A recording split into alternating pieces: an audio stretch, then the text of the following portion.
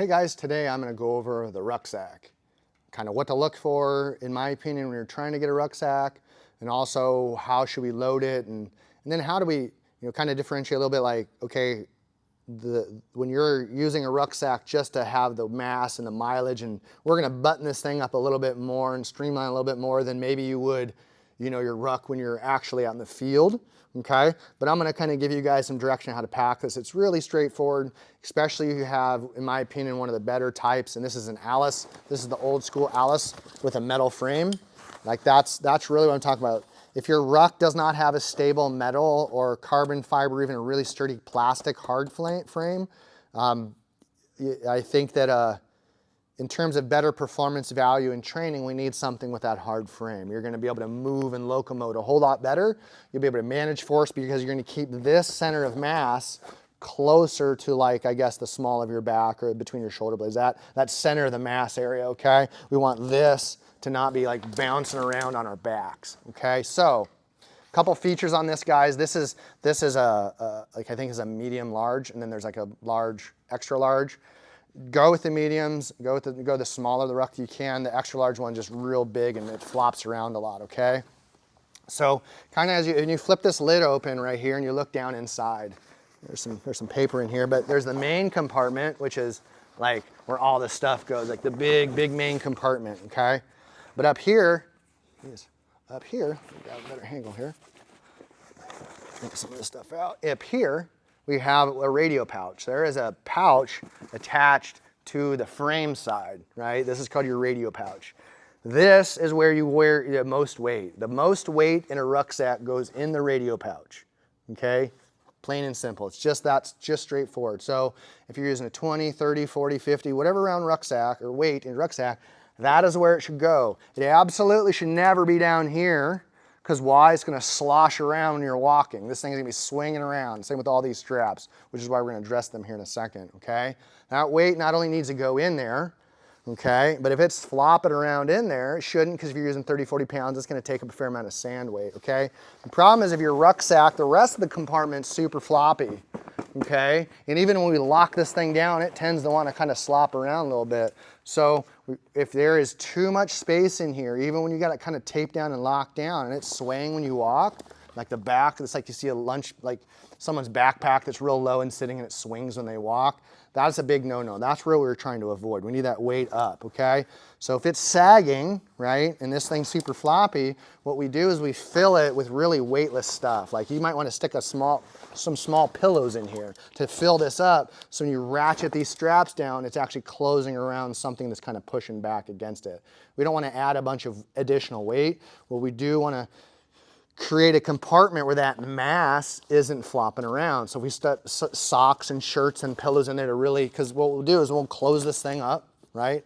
What we're going to do is cinch all these things down, right? I'm going to cinch all these things down, tighten all these straps, button all these things, and eventually you got this flat little rucksack with a weight in it. And that's really what we want. We want it real close to your body. And if the rucksack I have at home, it's set up. It's always set up. It's taped up, like all these extra straps, right? Once I get everything buttoned and snapped, I might go in and like add some tape to this just to cut so they're not flopping around. I might just kind of run the straps through a bunch of loops so it's not slopping around either, okay? And that's kind of the big takeaway. Now, getting it on and wearing it also has its way about it as well. So what we're going to do on a rucksack, essentially, is, all right, first thing is first, I'm going to get this rucksack, I'm going to put it on my back like so, right? All this, no matter what weight's on, I'm going to get this all on my back, okay? And so I reach down, right, find them? Here we are, little front tension straps, okay? I'm gonna reach down my tension straps here and I'm pushing straight back, right? Straight back. I'm not gurring it down. I'm getting it nice and even so I can feel. I have both straps and I'm pushing to see how they're feeling on me. I'm not tightening them all the time. I'm little by little, because what I wanna do when I stand up, before I put any load on it, or if I'm like this, I wanna be able to have two fingers that I can stack, and I wanna be able to stick those two fingers in there, right? I need about 2 fingers length, maybe 1.5, but we don't want this so tight because it'll force you to be here. And we want to have a little bit of mobility here. So once we have this thing kind of geared down a little bit, I'm gonna get this is called the cummerbund, right? Cummerbund strap, okay? So I'll have this, my shoulders down, then I'll put this thing around my waist.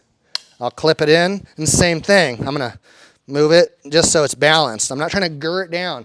I should be able to fully move my belly, right? Just like your weight belt. Same thing, 1 or 2 fingers is in that, right? Once there's weight in there and I have this thing right, when you stand up, there's no weight in here, but once you stand up, it'll stay against the small of your back. Oop, and the top will kind of fall away. See? It's all sitting on my waist. And once I have this, then I can cinch this down just a little bit, right? But the reason I should be able to full shrug, Why? Because I should be able to shoot my gun without having to go, hold my pack. Your pack should sit all on your waist, right here, all that weight. Yes, it's gonna kind of pinch you here a little bit potentially. Guys stick their thumbs in here and we walk this way. Like I said, we put those boots on, it hinges us forward and we're like, waddling, okay? So I want to be not here, I want to stay vertical and I'll be walking in place. So my arms should be able to swing freely, okay? So once we have that, and then from there we just adjust as needed. But there should be less tension here than here, okay? This shouldn't go across your abdomen to restrict breathing. It should sit right on your hip bones, your iliac crest. So right on your hip bone, should sit right on there, just like any other pack should be. Especially, this will come in handy, especially when you're carrying load, and especially over altitude and distance, because when this thing's riding on properly, and we have certain boots on, we don't want to be here trying to climb mountains, right? We need to be free to climb, okay, and protect ourselves. So the ruck should not be a limiting factor at all. It should be something that you can get on pseudo comfortably. You should be able to move a tremendous amount of distances with this thing on. Yes, you're still going to have to deal with a little bit of chafing and rubbing and all that stuff that is part of natural human evolution in this stage, right?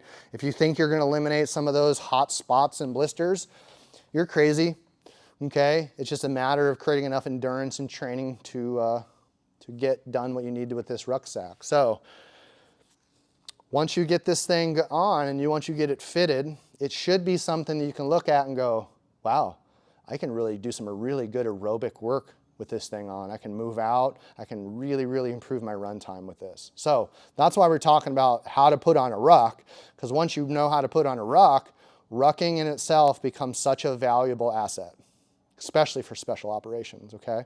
So check it out. Hope this gives you guys some value, and we'll keep putting out good content.